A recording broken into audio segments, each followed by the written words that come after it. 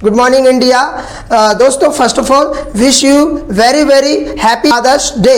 दोस्तों आज fathers day और संडे भी, तो क्यों ना फादर और सन के बीच में एक वनडे हो जाए।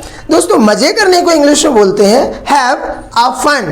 दोस्तों आज फादर्स डे है तो मैंने डिसाइड किया है कि मैं पापा को आज केक खिलाऊंगा। किसी इंसान को कोई चीज खिलाना या उसको ट्रीट देना तो उसको बोलते हैं ट्रीट। क्या बोलते हैं? ट्रीट। अगर जैसे मैं बोलूँ आपसे कि मुझे समोसा खिलाओ या मुझे ट्रीट में समोसा दो तो मैं कैसे बोलूँगा? Treat me to samosa. तो मैं अपने पापा को आज केक खिलाऊंगा। मैं कैसे बोलूँगा इस सेंटेंस को इंग्लिश में? I will treat my father to cake. दोस्तों कल से हम अपनी एडवांस क्लासेस शुरू करते हैं और आप वीडियो को पूरा देखिएगा, आप एंजॉय कीजिएगा एडवांस क्लासेस को अपनी इंग्लिश को इम्प्रूव करने के लिए। तो चलिए दोस्तों शुरू करते हैं 5th session of the rapid classes. दोस्तों जब आप कभी किसी स्टेज पर एंकरिंग कर रहे हैं या किसी प्रोग्राम को कंडक्ट कर रहे हैं और उस टाइम पर आपको किसी चीफ गेस्ट को स्टेज पर बुलाकर उनको हृदय से स्वागत करना चाहते हैं और जब ऐसी कंडीशन हो किसी व्यक्ति को आप ये इस तरीके से उसका हृदय से आभार प्रकट करना चाहते हैं, उसका तहे दिल से स्वागत करना चाहते हैं, तो दोस्तों इस इंग्लिश को कैसे बोलेंगे सीखिएगा।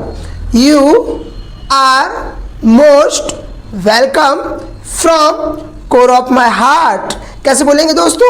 You are most welcome from core of my heart। core जो वर्ड है ना उसको इंग्लिश में बोलते हैं सेंटर। किसी चीज का बीच का सबसे बीच वाला हिस्सा। जैसे आपने एप्पल देखा होगा, एप्पल के बीच में जो सीड्स लगे रहते हैं उस हिस्से को बोला जाता है कोर। दोस्तों जब हम बड़ी बड़ी होटल्स या रेस्टोरेंट्स में जाते हैं, जैसे आपने देखा होगा 5 स्टार होटल या फिर 3 स्टार होटल या 7 स्टार्स होटल, तो ऐसे होटल्स में जो वहाँ पर वर्कर्स होते हैं, सर्विस मैन होते हैं, वहाँ पर वो जब भी उनका कोई गेस्ट आता है तो वो इसी तरीके से अपने गेस्ट का वेलकम करते हैं। You are most welcome from core of my heart. दोस्तों ऐसा स्टैंड या ऐसा बैलेंस करने वाला स्टैंड जिस पर हम मोबाइल या कैमरे को फिक्स करके वीडियोस बनाते हैं उसको इंग्लिश में बोलते हैं ट्राइपॉड। क्या बोलते हैं? ट्राइपॉड। और मैं उसी पर वीडियो बनाता हूँ, मतलब मेरा कहना चाहता हूँ कि मेरे पास एक ट्राइपॉड है। दोस्तों कोई ऐसी चीज जो मेरे पास है, जो मेरी है, जिस पर मेरा अधिकार है, अगर मैं बताना चाहूँ कि जैसे कि मेरे पास एक पेन है तो मैं कैसे बोलूँगा इसको? आई हैव गॉट के बाद दोस्तों जो चीज मेरे पास है उसका नाम मैं बोल दूंगा। जैसे मेरे पास पेन है तो मैं कैसे बोलूंगा कि मेरे पास पेन है? I have got a pen. दोस्तों अगर मेरे पास ट्राइपॉड है और मुझे बोलना है तो मैं कैसे बोलूंगा? I have got a tripod. दोस्तों जो चीजें काउंटेबल होती हैं, मतलब जिनको हम गिन सकते हैं, पेन, घड़ी, किताब, बाइक या रूम, ये सब चीजें होती हैं गिनने वाली, इनको बोलते हैं काउंटेबल थिंग्स। क्या बोलते हैं? Countable things. और जो भी काउंटेबल चीजें होती हैं दोस्तों, तो उनके लिए हम अगर एक चीज है तो उस चीज से पहले ए का यूज करते हैं, और जो चीजें अनकाउंटेबल होती हैं उनके लिए दोस्तों हम ए, एन और दा का यूज बिल्कुल नहीं करते हैं। जैसे मैं आपको अभी एग्जांपल के द्वारा समझा रहा हूं, मेरे पास एक घड़ी है और मुझे बोलना है कि मेरे पास घड़ी है तो मैं कैसे बोलूंगा? I have got a watch. अब यहाँ पर आ का यूज क्यों किया है मैंने वॉच से पहले? क्योंकि दोस्तों वॉच काउंटेबल है, कई जो घड़ियां रहती हैं हम उनको काउंट कर सकते हैं, तो मतलब ऐसी चीज जिसको हम गिन सकते हैं, और एक है तो उससे पहले ए का यूज करेंगे। और दोस्तों अगर कोई चीज काउंटेबल नहीं है, जैसे मैं कहूं कि मेरे पास एनर्जी है, अब एनर्जी दोस्तों काउंटेबल नहीं होती है, हम इसको गिन नहीं सकते हैं, लेकिन मैं बोलना चाहता हूं कि मेरे पास एनर्जी है तो मैं कैसे बोलूंगा इसको? आई हैव गॉट एनर्जी। नॉलेज है तो कैसे बोलेंगे? अब नॉलेज भी दोस्तों अनकाउंटेबल है, तो अनकाउंटेबल के पहले हम ए, एन, दा किसी का भी यूज नहीं करेंगे। तो अगर मुझे बोलना है कि मेरे पास नॉलेज है तो मैं कैसे बोलूंगा? I have got knowledge. अगर दोस्तों मेरे पास जैसे बहुत पैसा है और मुझे बोलना है मेरे पास मनी है तो कैसे बोलेंगे? आई हैव गॉट मनी। कैसे बोलेंगे? आई हैव गॉट मनी। दोस्तों ऐसी कोई चीज जो मेरे पास आज नहीं है, लेकिन आज से कई दिनों पहले, कई महीनों पहले, कई सालों पहले, इवन मैं ये भी कह सकता हूं कि मेरे बचपन में ऐसी चीज मेरे पास थी। दोस्तों, ऐसी कोई चीज जो पास्ट में हमारे पास थी लेकिन वो अब नहीं है। अगर मैं कहना चाहूं कि मेरे पास बचपन में एक रेडियो था लेकिन अब नहीं है, तो अगर कोई चीज पास्ट में हमारे पास थी, उसके लिए हम यूज करते हैं हैड। किसका यूज करते हैं दोस्तों? हैड। जब हमें बताना हो कि ये चीज मेरे पास पहले थी। और हैड के बाद दोस्तों हमेशा हमेशा हमेशा उस चीज का नाम यूज करते हैं जो चीज हमारे पास पहले थी। जैसे मुझे बोलना है कि मेरे बचपन में मेरे पास एक कैमरा था, और या फिर मेरे पास रेडियो था। अगर मेरे पास रेडियो था, मुझे ये बोलना है तो मैं कैसे बोलूंगा? I had a radio in my childhood। दोस्तों, अगर मैं ये कहना चाहूं कि अभी मेरे पास रेडियो है, तो याद रखिएगा अभी के लिए जो मैंने पहले बोला है सेंटेंस, जो मैंने घड़ी के लिए बोला था, वही सेंटेंस में इस रेडियो के लिए बोलूंगा। अगर मुझे बोलना है कि मेरे पास अभी रेडियो है, तो मैं अभी कैसे बोलूंगा? I have got a radio. तो कंफ्यूज होने की जरूरत नहीं है। प्रेजेंट में आप हैव के साथ गॉट का यूज कर रहे हैं, लेकिन पास्ट में दोस्तों याद रखिएगा हैड के बाद आपको गॉट का यूज नहीं करना है। अगर हेड के बाद आप गॉट का यूज करते हैं और फिर चीज का नाम यूज करते हैं, तो टोटली ग्रामर के अकॉर्डिंग आप रॉन्ग हो जाएंगे। तो इसीलिए अगर पास्ट में कोई चीज आपके पास है और आप बताना चाहते हैं, तो हेड के बाद उस चीज का नाम यूज करना है, गॉट का यूज नहीं करना है। दोस्तों, मेरे पास जब मैं बचपन में 5th क्लास में था, तो पापा ने, मैं बहुत रोता था साइकिल के लिए, तो पापा ने मुझे 5th क्लास में एक बाइसिकल दिला दी थी। और मैं सुबह, दोपहर, शाम, हर समय जब भी छुट्टियां मिलती थी, मैं उसी को चलाता था। दोस्तों, साइकिल चलाने को बोलते हैं राइड आ बाइसिकल। क्या बोलते हैं? राइड आ बाइसिकल। दोस्तों, अगर आप बात करें आज की, तो आज मेरे पास बाइसिकल नहीं है, लेकिन आप मुझसे पूछना चाहते हैं कि सर आपके पास बाइसिकल है क्या? आज अभी बाइसिकल है, तो आप कैसे पूछेंगे? आपको मालूम है कि किस तरीके से पूछा जाता है। जब हम सामने वाले से पता करना चाहते हैं कि आपके पास ये चीज है, तो क्वेश्चन कैसे बनाते हैं? हैव से बनाते हैं। Have you got a bicycle? दोस्तों, बाइसिकल अभी मेरे पास नहीं है, तो मैं कैसे बोलूंगा? बोल दूंगा no, I haven't got a bicycle but you know. अब दोस्तों, यहां पर मैंने वट यू नो का यूज क्यों किया है? क्योंकि मैं चाहता हूं कि मेरा लिसनर मुझे ध्यान से सुनता रहे, आगे जो मैं बोल रहा हूं वो मेरे कॉन्वर्सेशन में इंटरेस्ट ले। तो हम इस तरीके से अपने कॉन्वर्सेशन में बीच बीच में यू नो का यूज कर सकते हैं। तो मैं यहां बता रहा हूं कि मेरे बचपन में मेरे पास एक बाइसिकल थी, but you no I had a bicycle in my childhood। तो मैं अपना जो आंसर है इस तरीके से पूरा करता हूं। दोस्तों, अगर मुझे यह बताना है कि मैं बचपन में पैसे जमा करता था, दोस्तों अभी हम पैसे कहां जमा करते हैं? किसी बैंक में, प्राइवेट बैंक हो, गवर्नमेंट बैंक हो, बहुत सारे बैंक्स हैं, तो पैसा हम बैंक में ही जमा करते हैं। पैसा जमा करने को बोलते हैं डिपॉजिट मनी। लेकिन दोस्तों, बचपन में जब हम बहुत छोटे थे, उस टाइम पर तो हम बैंक जाया नहीं करते थे। तो हम घर पे जब मेहमान, पापा या फेस्टिवल्स पे हमें जब कभी पैसे देते थे ये लोग, या मिलते थे हमें पैसे, तो हम क्या करते थे? उसको मिट्टी की एक गोलक या प्लास्टिक की कोई गोलक या कोई स्टील का डिब्बा, जिसको हम पैसे जमा करने के लिए यूज करते थे, उसको दोस्तों इंग्लिश में बोलते हैं पिगी बैंक। क्या बोलते हैं? Piggy bank. तो अगर मैं बताना चाहूं कि मेरे पास बचपन में एक पिगी बैंक था, अभी नहीं है दोस्तों, तो मैं कैसे बताऊंगा? आई haven't got a piggy bank now, but you no I had it in my childhood. अब यहां पर दोस्तों मैंने हेड के बाद इट का यूज किया है, तो याद रखिएगा क्यों किया है। देखिए, जब हम किसी चीज के बारे में बार बार उसका नाम लेंगे तो हमें थोड़ा सा अच्छा नहीं लगेगा, या इंग्लिश में थोड़ा भद्दा फील होता है हमारे लिए, थोड़ा हल्का फील होता है। तो दोस्तों, अगर हम चाहें कि एक बेहतर स्पीकर बने, तो इन नियमों का थोड़ा सा पालन करेंगे आप, तो थोड़ा थोड़ा आप सीखते जाएंगे कि हमें किस तरीके से लैंग्वेज यूज करनी चाहिए, किस तरीके से बोलना चाहिए। तो अगर आप हेड के बाद चीज का नाम बोलते हैं तब भी आप सही है, लेकिन अगर हेड के बाद आप इट का यूज करते हैं तभी आप सही हैं। दोस्तों, अगर मैं बताना चाहूं कि मैं एक दिन में 12 घंटे काम करता हूं, या कई लोग ये बोलते हैं कि मैं एक दिन में 10 घंटे काम करता हूँ, लेकिन मैं यहाँ पर अपने बारे में बता रहा हूँ कि मैं एक दिन में 12 घंटे काम करता हूँ। और इस बात को मुझे इंग्लिश में बोलना है तो कैसे बोलेंगे?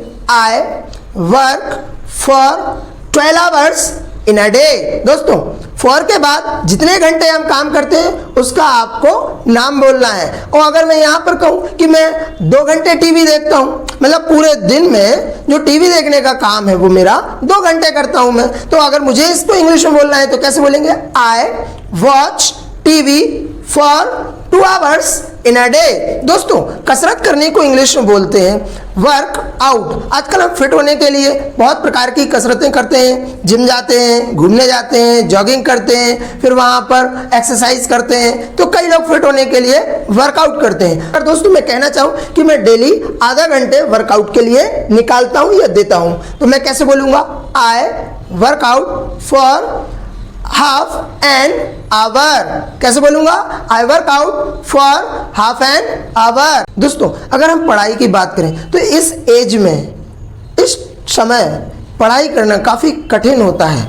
और वैसे पढ़ाई करना तो सभी को कठिन लगता ही है, लेकिन दोस्तों आज के समय में भी मैं 4 घंटे रोज पढ़ाई करता हूँ। मतलब पढ़ाई करने के लिए मैं रोज 4 घंटे निकाल लेता हूँ। अगर मुझे ये बोलना है कि मैं रोज 4 घंटे पढ़ता हूँ तो इसको कैसे बोलूँगा इंग्लिश में? I study for 4 hours in a day. दोस्तों, अगर मैं चेस खेलने की बात करूं कि चेस मैं कितने घंटे खेलता हूं, भाई खेलने के लिए भी टाइम निकालते हैं। तो अगर मैं कहूं कि मैं 1.5 घंटे चेस खेलता हूं, मतलब एक दिन में चेस खेलने का टाइम जो है हमारा वो 1.5 घंटे का है। और 1.5 घंटे के लिए हम यूज करते हैं 1 एंड हाफ आवर। तो अगर मुझे बोलना है कि मैं 1.5 घंटे चेस खेलता हूं तो कैसे बोलूंगा यहाँ पर? I play chess for 1 and half hour. अगर न्यूज़पेपर पढ़ने की बात करूं तो दोस्तों मैं प्रत्येक दिन 1 घंटे न्यूज़पेपर पढ़ने के लिए देता हूं, क्योंकि मैं चाहता हूं कि मैं अपडेट बना रहा हूं। मैं इस न्यूज़पेपर से तमाम प्रकार की खबरें लेकर अपने आप को अपडेट करता रहूं, तो इसलिए मैं डेली 1 घंटे न्यूज़पेपर पढ़ता हूं। अगर मुझे बोलना है कि मैं डेली 1 घंटे न्यूज़पेपर पढ़ता हूं तो कैसे बोलूंगा? I read the newspaper for an hour in a day. अब यहाँ पर दोस्तों मैंने 1 घंटे के लिए 1 आवर का यूज नहीं किया है, यहाँ पर मैंने एन आवर का यूज किया है 1 घंटे के लिए। तो आप भी ऐसी गलती ना करें जो दूसरे लोग करते हैं कि एन आवर की जगह वो 1 आवर का यूज करते हैं 1 घंटे के लिए। तो इस चीज का थोड़ा सा ध्यान रखें। मैं अगर यहाँ कहना चाहूंगा कि अपने दिमाग में एक गांठ बांध लीजिए तो इसको इंग्लिश में बोलेंगे मेक इट अ पॉइंट। दोस्तों, अगर मैं सोने की बात करूं तो सोने के लिए तो देखिए 8, 9, 10 घंटे, और सोने की बात करें तो हम 20 घंटे भी कम है कई लोगों के लिए। और अगर मैं अपनी बात करूं तो मैं फिक्स तो नहीं बता सकता आपको कि मैं 10 घंटे सोता हूं, मैं 6 घंटे सोता हूं। हाँ, ये है कि पूरे एक दिन 24 घंटे में मैं 7 या 8 घंटे सोने के लिए देता हूं। और डॉक्टर का भी कहना है कि भाई कम से कम एक व्यक्ति को 8 घंटे की नींद आवश्यक है, हेल्थ के लिए और उसके पूरे करियर के लिए, फिट होने के लिए और एक अच्छी जिंदगी जीने के लिए। तो दोस्तों, अगर मैं यहाँ पर बात करूं कि मैं 7 या 8 घंटे पर डे सोता हूं, तो यहाँ पर देखिएगा आप, अब मेरे सोने का जो टाइम है, मतलब कि टाइम ड्यूरेशन 7 या 8 घंटे, वो फिक्स नहीं है। और जब किसी काम को लेकर हम लोग बिल्कुल पर्टिकुलर नहीं होते हैं, मतलब इन द सेंस हम ये नहीं बता पाते हैं कि ये काम हम कितने घंटे करते हैं। तो यहाँ पर अगर दोस्तों कभी ऐसी सिचुएशन आती है, कोई आपसे पूछता है कि आप कितने घंटे सोते हैं एक दिन में, और अगर आप फिक्स नहीं बता पाते उसके लिए, तो आप कैसे बोलेंगे? भाई सबसे पहले तो यही बोले, well I am not particular about it. दोस्तों, यहाँ पर मैं आपको एक चीज याद दिलाना चाहता हूँ, कई लोग इस वर्ड के लिए पर्टिकुलर बोलते हैं, लेकिन इसका सही उच्चारण पर्टिकुलर है। तो आप इस चीज पर ध्यान दीजिएगा, जब भी इस वर्ड को आप बोलते वक्त यूज करें, उच्चारित करें, तो पर्टिकुलर ना करें, इसका सही उच्चारण आप पर्टिकुलर करें। तो दोस्तों, अगर मैं यहाँ बताना चाहूंगा कि मैं पर्टिकुलर नहीं हूं अपने सोने के टाइम को लेकर कि मैं कितने घंटे सोता हूं, लेकिन भाई मैं सोता तो हूं, तो मैं बाद में फिर बताऊंगा आपको कि हाँ 7 या 8 घंटे सोता हूं मैं। तो इसको कैसे बोलेंगे? Well I am not particular about it but I sleep for 8 hours in a day. इस तरीके से हम अपने सोने के टाइम को बता सकते हैं। दोस्तों अगर आपको मुझसे पूछना है कि सर आप एक दिन में कितने घंटे सोते हैं, तो इस क्वेश्चन को कैसे पूछेंगे सीखिएगा।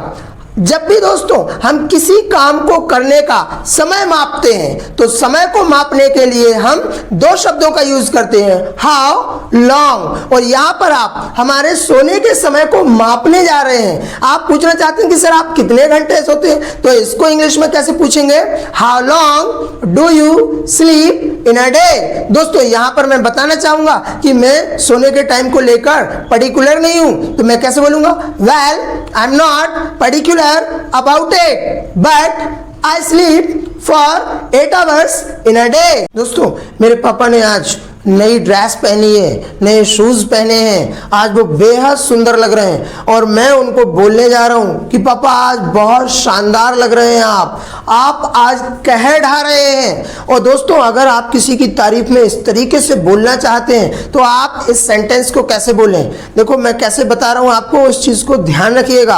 अगर मुझे पापा के लिए बोलना है, पापा सामने खड़े हुए हैं, तो मैं उनको कैसे बोलूंगा, यू आर डेवेस्टेटिंग। कैसे बोलेंगे, यू आर डेवेस्टेटिंग। दोस्तों अब आज फादर्स डे, आज शाम को मैं भी बहुत अच्छी ड्रेस पहनूंगा और मैं भी बहुत सुंदर लगूंगा, मैं भी मेकअप करूंगा। तो दोस्तों अगर मैं यहाँ पर अपनी बात कर रहा हूँ कि मैं शाम को ऐसा करूंगा, मैंने नई ड्रेस पहनूंगा, नई ड्रेस पहनने को बोलते हैं put on a new dress. अब ये काम मैं शाम को करूंगा, तो मैं कैसे बोलूंगा, अब फ्यूचर के लिए विल का यूज करते हैं, ये ऑलरेडी मालूम है, तो हम कैसे बोलेंगे, I will put on a new dress. दोस्तों नए शूज पहनूंगा, मैं काले शूज पहनूंगा, काला पैंट पहनूंगा और काली शर्ट पहनूंगा। अगर मैं ऐसी ड्रेस पहन के किसी के सामने आता हूं या आपके सामने आता हूं, तो आप यही कहेंगे, या फिर मैं आपसे पूछूंगा कि मैं कैसा लग रहा हूं, कभी कभी हम पूछ भी लेते हैं, तो आप ऐसी ड्रेस देखकर क्या कहना चाहेंगे दोस्तों, नीचे से ऊपर तक पूरी ड्रेस काली, अगर ऐसे में लाइट बंद कर दी जाए तो मैं कैसा नजर आऊंगा, एक भूत जैसा। लेकिन अगर आप मुझे ऐसा बोलें कि आप भूत लग रहे हैं, तो आप इसको इंग्लिश में कैसे बोलेंगे, यू आर लुकिंग भूत। दोस्तों अगर हम इस टाइप से अगर किसी के मुंह पर बोल देंगे, तो उसको हो सकता है बुरा भी लग सकता है, वो माइंड भी कर सकता है और बहुत ज़्यादा हर्ट भी हो सकता है। तो याद रखिएगा, जब आप किसी को इस प्रकार से शब्द बोल रहे हैं कि वो हर्ट हो सकता है, तो आप उससे पहले कम्युनिकेशन का यूज करें और फिर आप उसको जो बोलना चाहते हैं वो बोल सकते हैं। तो यहाँ पर आप क्या बोलेंगे, कम्युनिकेशन का यूज कैसे करेंगे, मतलब आप चाहते हैं कि मैं जो शब्द बोल रहा हूँ वो माफ करें और फिर जो आप बोलना चाहते हैं बोल सकते हैं। तो कैसे बोलेंगे इसको, फॉरगिव माय वर्ड्स, या फिर आप अपनी भाषा के लिए क्षमा चाहते हैं तो आप बोल सकते हैं फॉरगिव माय लैंग्वेज। दोस्तों अगर मैं बहुत तेजी से दौड़ कर आ रहा हूं, मुझे पसीना आ रहा है, तो कभी कभी कई लोग क्या है पूछ लेते हैं, कहां से आ रहे हो, इतनी तेजी से दौड़कर कहां से आ रहे हो। दोस्तों अगर मुझे ये बताना कि मैं मार्केट से आ रहा हूं, अब देखिए यहां पर मैं क्या कहना चाहता हूं, मैं मार्केट में गया था और वहां से आ रहा हूं, मतलब मैंने मार्केट को छोड़ दिया है। जब हम किसी जगह को छोड़ने के सेंस में बोलते हैं, तो वहां पर दोस्तों एक प्रीपोजिशन काम करती है, उस प्रीपोजिशन का नाम है फ्रॉम। तो जब हम किसी जगह से हटना या जगह से संबंध बताते हैं, तो उसके लिए हम किसका यूज करते हैं, फ्रॉम। तो यहां पर मैं बताना चाहूंगा कि मैं मार्केट से आ रहा हूं, तो इसको कैसे बोलेंगे इंग्लिश में, I am coming from market. दोस्तों अगर मैं 4 बजे शाम को बैग टांग कर अपने कंधों पर और लौट रहा हूं और घर आकर मैं बैठ जाता हूं और आप पूछ रहे हैं कि कहां से आ रहे हैं, और उस समय अगर मैं कॉलेज से आ रहा हूं, अब मैंने कॉलेज वाली जगह छोड़ दी, तो मैं क्या बोलूंगा, भाई मैं कॉलेज से आ रहा हूं। इसको वो इंग्लिश में कैसे बोलेंगे, I am coming from college. तो दोस्तों आप जिस जगह के लिए आप यूज करना चाहते हैं या आप ये बताना चाहते हैं कि मैं इस जगह से आ रहा हूं, इस जगह से संबंध बताना चाहते हैं, तो आप वहां पर फ्रॉम का यूज करें। दोस्तों हम कभी किसी बीमारी से गुजरते हैं, जूझते हैं, तो वहां पर भी हम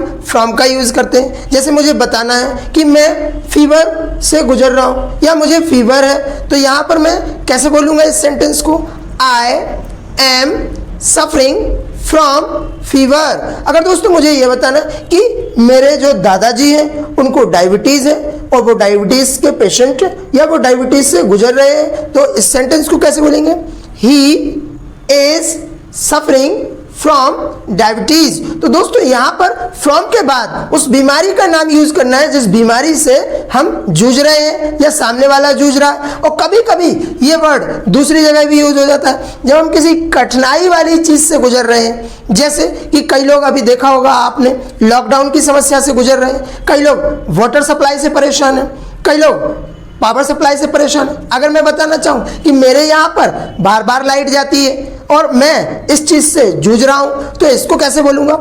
I am suffering from power supply. और दोस्तों अभी इस समय तो हम सभी लोग कोरोना से जूझ रहे हैं, कोरोना से संघर्ष कर रहे हैं। अगर हमें यह बताना है कि हम लोग कोरोना से संघर्ष कर रहे हैं, जूझ रहे हैं, तो इसको कैसे बोलेंगे इंग्लिश में?